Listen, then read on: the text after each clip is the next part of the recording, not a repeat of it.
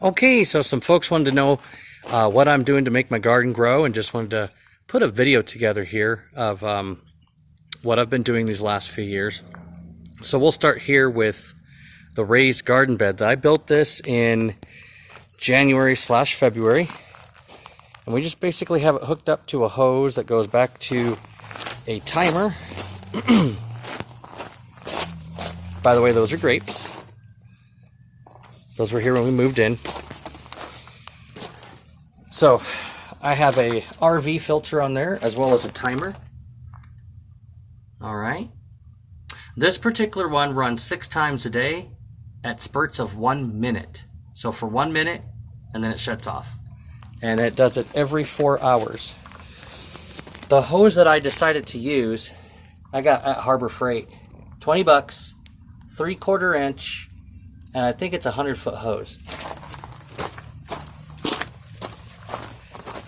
Anyway, that comes over here. Okay, to the poly, the 1/2-inch poly. I drilled a 3/4 inch hole through there because I have a lid. I knew that if I put it on top, I wouldn't be able to close the lid. So I drilled it right through, and it just goes right down the line, and it has all the emitters coming off of it. And I've had to move these emitters around a little bit as the foliage has grown. I actually have, I have stakes in here with zip ties. Okay. Now this kale is about to get cut. We did cut this down, and in 10 days, it got this big. So we have, I can't remember the exact variety, but this is the green kale. And we also have Russian red kale. This right here, I planted these radishes just before we left on vacation. So it was approximately 2 weeks ago. And the day we got back, I lifted up the lid, and lo and behold, here are the radishes. Now these do need to be thinned, and I will be thinning them out to about 2 inches apart. The great thing about a raised bed is that you get to choose the soil that goes in. In this particular raised bed, I did 50% compost, 25% peat, 25% sand, and then I filled the rest in. Well, that does equal 100, but then I also added perlite. Okay, just to help with aeration. Now you can't just use any old sand. This New Mexico sand is not what I put in there. I put Quickcrete all-purpose sand from Lowe's in there, and it was 12 bags. But I actually backed off a little bit. I bought 12 bags for it, but I only ended up using 10. So 500 pounds of sand went into this. It's hot here, so the lettuce is now bolting, and so is the spinach. They just need to get pulled out of there. What is cool is we cut this romaine down to about, 3-4 inches above the soil line. Just before we left, we had a nice, big, scrumptious salad. And that's the growth that we've gotten in the last 2 weeks. And that, just keep in mind, folks, you can do that with lettuces. You don't have to pick a whole head and toss it. It will grow back. So there are 2 romaines in here. That one in the back didn't do as well. Obviously, this kale is just humongous. Humongous. Now, for the lid, you can see this chain here. So that's what keeps the lid from going all the way back to the ground. And it's on a hinge on the back. There's 3 hinges. I guess you can't really see them right now since it's open. So I'll close it. Now right now this is a 40% shade cloth. And in the winter time I actually had plastic on this. And then I actually had a little 600 watt heater in there that would run at night. And it would keep it about 55 to 65 degrees depending on how cold it was outside. Which is really great because you can grow lettuces and kales and spinaches in the winter as long as you got a little bit of heat. They are cool crops. So back to this. And then I have a little T coming off of here, a poly T, and I buried that underground. And then it comes up here into my carrot bed. So this is our carrot bed. There's probably a couple hundred carrots in there. And they are all spaced at 2 to 3 inches apart. Basically finger length like that. So I planted them in rows. And then once they got big enough, two sets of leaves, 3 sets of leaves, I thinned them out just like that. So everything in between got yanked out of there. We do keep this covered at night. I'll give you a better view. So same idea as the raised bed. We have a poly tunnel made out of PVC. That's 1/2-inch PVC. And then we cover it with the shade cloth at the end of the day. Sometimes I just leave it on all day. They seem to love a little bit of shade. And I secure those with a combination of these clamps. I got these clamps at Walmart. I got a 4-pack for like $10, or maybe it was $5 for a 10-pack, but they work great. So I tuck everything under there and I secure that. I got these at Lowe's. I think they were $2.50 each, which is why I went to these, because they were so much cheaper at Walmart.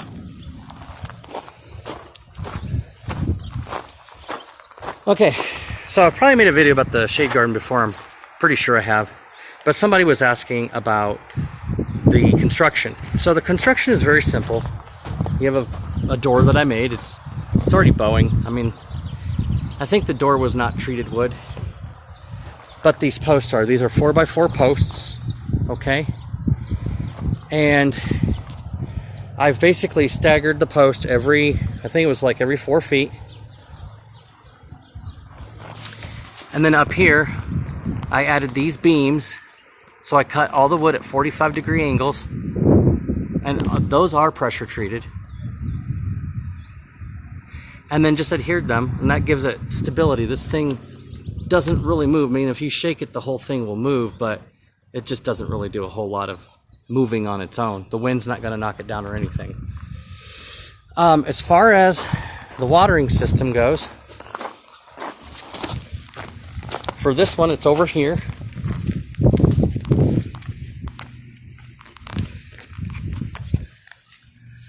For the shade garden, so that says next watering time on the, and by the way, this particular one has a left and a right side. It's dual valve, okay? And this runs 4 times a day, every 6 hours for 6 minutes. And so it gets 24 minutes. And the way I came about doing that is I take the entire square area of the garden, I divide it by 12 to get cubic inches, because that's how many cubic inches of water that I'm going to need. And then I multiply that by 7.48. Because that's how many gallons, what was it again? Gallons per something there are, but I just remember the calculation is 7.48 to get 1 inch. Here in New Mexico, you need to automatically add 1 more inch of water because we are in high desert. It's very dry, it's very arid. The water evaporates much faster, even with mulch. That water has to penetrate the mulch. And given that we have very low humidity here in New Mexico, you have to add an extra inch. And then as we get, for every 10 degrees above 65 degrees, you need to add another 1/2 inch of water. So that's why 24 minutes a day times 7 days gives me roughly 2.5 to 2 3/4 inches of water per week. Same thing with the corn. The corn is a little bit smaller. It's a 75 square foot area. If you do the calculations on that, it needs slightly less. So that waters also 4 times a day and for 5 minutes though. So it gets 4 less minutes per day than the big shade garden. So again, I bought another 100 foot, 3/4 inch. You want 3/4 inch because it allows more water flow. You do not want to increase pressure. You're actually looking to increase water flow. I've already gone the opposite direction. I actually bought a 1/2-inch hose, and it reduced the amount of pressure that was coming out of these emitters. So then I took that one back and went and got a 3/4-inch hose, because you're looking for flow rate, not increase in pressure. Learned that the hard way. Okay, so on the inside, somebody was asking about the construction. These were just laying around. These timbers were just laying around and when we moved into this house. And so I decided to make a box out of it. And all of these growing areas are roughly 2 feet wide by 15 feet long. And then we have these other growing areas over here, little kind of like a little corner piece of pie, it looks like. Oh, look at that. I'm being distracted, but by something awesome. Look at the size of these strawberries. I swear to you, when we came home from our vacation just 3 days ago, they were still white. Here's another one. Here's another one.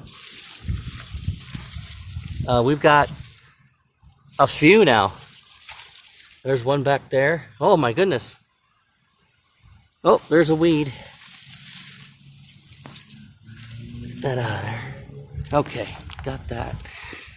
These are green onions. I'm pretty sure these are about 2 years old. Maybe even older, but I've just kept them around. Now I know I can leave them out here in the winter. My last onions survived. These will survive. I was putting them into the greenhouse. Let's see. Oh my goodness. Look at that. Holy cow. Look at the size of these. These are, let's see, what are these called? I got a few different varieties. This is called Seascape. And over here we have All-Star. So some are June bearing and some are ever bearing. And I just wanted to kind of have a variety of both. Okay? So back to the watering system that somebody was asking about. Okay, so that hose ties in again. You take it down to 1/2-inch poly right here. I got a T right here. This T takes it out to the cucumber and melon patch, which I just had to go buy melons and cucumbers because something ate them while we were gone. And we're trying to figure out what that is. But in all reality, also, we had a few tomatoes missing too. So they're actually getting into here. And I thought that this garden fencing, this green garden fencing that I got at Lowe's was going to be enough. And it looks like it's not. So I already bought bird netting before I left. And now I'm going to be putting bird netting up through the whole thing. And now that we're also reaching UV indexes of 10 and 11, I've got the shade cloth ready to roll out. It's up there secured with bungee cords. So that's ready to go, and I can stay up there all year long. We just roll it back at the end of the year. Okay, so water comes over here. We got another T. We got another T right there. I don't know if you can see that. And then that T goes over there to an elbow, and that goes out to the other watering emitter. And then the rest of this goes up. And then we got an elbow there. And then I just had zip tied it along this garden fencing, which by the way I'm using to trellis the tomatoes. I'll be using it to trellis the peppers if they need it. Sometimes peppers get really, really big and you do need to tie them up. But they are slow growing, so they don't usually need that till the end. Now, the garden fencing on this aspect of the garden is secured. These are 8-foot, well, I'm trying to think of the exact term. Well, steel stakes, yeah, 8-foot steel stakes that I drove 3 feet into the ground. So they're not going to fall out. They are way down there. And then I went a step further and secured it with a collar to the railroad tie. Okay, so I don't know what happened there, but my phone kind of powered down when I was showing you this column right here. But that's where the other video had left off. So back to what is The watering system, as I had mentioned earlier, that is the poly that's zip tied to the garden fencing and to the steel T-stakes. And then here's the first emitter. That is, I believe that's 2 or a 3-inch riser. Basically, it was going too high. Like I had the shade cloth over it for about a week as I was testing the water system in April. And once it would hit the shade cloth, it was affecting the dispersion of the water from the shrub emitter. So they used to be on half-foot, I think it was a 1-foot riser. And originally I had 6 emitters in here, but I just wasn't getting, I mean, these two do the trick. So there's a lot of testing I did back in April. At any rate, these are 0.9 or 0.92 gallons per minute. And they have a 15-foot, 360-degree radius.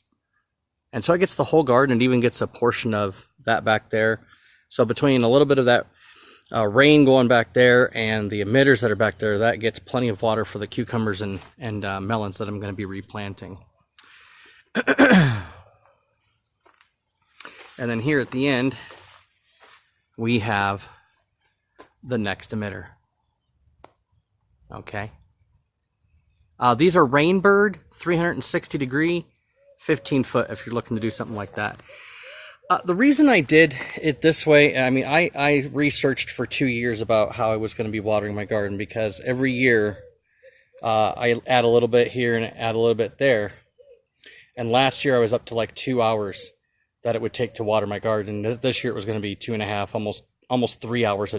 Well, not per day, but when I'd be out here, it'd be 3 hours at a time. Well, that mint's not looking too well. I just need to transplant that and get that into a bigger pot. It's long past time to come out of there. I will be more than likely throwing that shade net over it, because we are, as I mentioned earlier, we're getting UV indexes in the 10 and 11 ranges now. And we really want to focus on, especially with them being this large, with everything being this large, with the beans doing so well and the tomatoes doing so well, we really want to get focused on flower production. And you're not going to get as much flower production when it's hot and has full UV coming down on it. But these are the best peas I've ever had. There's a lot on here that need to be picked still. Somebody supposedly said they picked them earlier, but I don't think so. Look at that. We had a brand new peas coming. Something ate that. I don't know if you can see that. I can't even see what I'm doing. There it is. Yeah. So as I mentioned earlier, I thought the garden fencing was going to keep those kind of critters out, but I guess not. Live and learn. And then I'll just take you over to the corn bed and finish up. We need to weed. There's a lot of work that needs to be done in here. We didn't have this kind of growth before we left on our vacation. This has just exploded in the last 2 weeks. It's just incredible. So, coming over here to the garden, same thing, watering system. By the way, these aren't 100-foot hoses, they're 50-foot hoses. And I've got that trenched in. Same thing with the poly. Okay, and then I came over here and trenched it down a foot. So it's all below the corn. And when we left, the corn was knee-high, and I had taken it down to 2 risers because it just didn't need to be that high, and we were getting some wind, so I was like, well, I want it to be lower and closer to the plants. Well, when we got back, so 2 risers, those risers are 2 feet each, and it's buried a foot deep. So the risers are sitting at 3 feet above the ground, and then you add the 3 inches on the on the shrub emitter. So you're looking at 3 feet 3 inches. The corn was taller than that after 10 days of being gone. So I added the second riser, and now she stands at 5 feet tall. And these emitters shoot approximately 3 feet up and into the air, with that 15-foot radius I was telling you about. So it literally rains down on the corn. I had also done the 3 sisters in here. The beans did not fare well. Something came along and ate those as well. It could have been a rabbit, could Could be raccoons, could be rodent, I don't know. But thank goodness the zucchini has fared well. And so I planted like 24 zucchini, but in 8 spots, and then that needs to get thinned out. But the zucchini is kind of loving this semi-shade that it's getting from the corn. But also as the zucchini spreads out, it'll help maintain moisture levels in the soil because it'll spread out. It'll be like its own mulch. And as you can see, this corn, by the way, this corn was planted in my greenhouse on April 12th. And in approximately 2 weeks, it just couldn't stay in those peat pots anymore. It needed to be planted. So this got planted right at the end of April. And so this should be ready. This has got about 1 more month to go, maybe 40 more days. And we will have ears and ears of corn. In fact, we're already getting the beginnings of the ears of corn here. So exciting, very exciting. Here's another one. There's another one. There's another one. So yeah, this corn last year, this is the same variety that I grew last year. This corn will get to 7 to 8 feet tall. It towered way over me. Well, folks, I hope you enjoyed. If you have any questions, just feel free to post them. I will be posting this on YouTube as well as on Facebook. And I hope that this was a bit more descriptive in how I've put everything together and why I do the things that I do as far as watering goes. I know a lot of people do drip irrigation, but that's a lot to deal with. You don't know that something is going out until you see your plant dying. I didn't like that idea, and so that is another reason I went with these rainbird shrub emitters, because I know what time it turns on, and if I look out here at 6 p.m. and there's no water coming out, I know something's going on. Okay, and I know it that day. I don't have to wait until I see my plants dying. And I'm really not, I've already did the calculations with the drip emitter versus these shrubs, and after calculating, how much each plant would need and how many plants and all that, I'm using about 300 more gallons than I would with the drip emitters, but I think the offset in cost is like $6-10 a month. So for me, that was well worth it to pay the extra $6 or $10 a month, so that I knew in almost real time if something wrong is going wrong with the garden. And that was more important to me than saving $6 or $10 a month. All right, I hope you guys enjoyed. Please post any questions that you may have, or if you need anything clarified, feel free to ask. Thanks a lot. Hope you enjoyed it.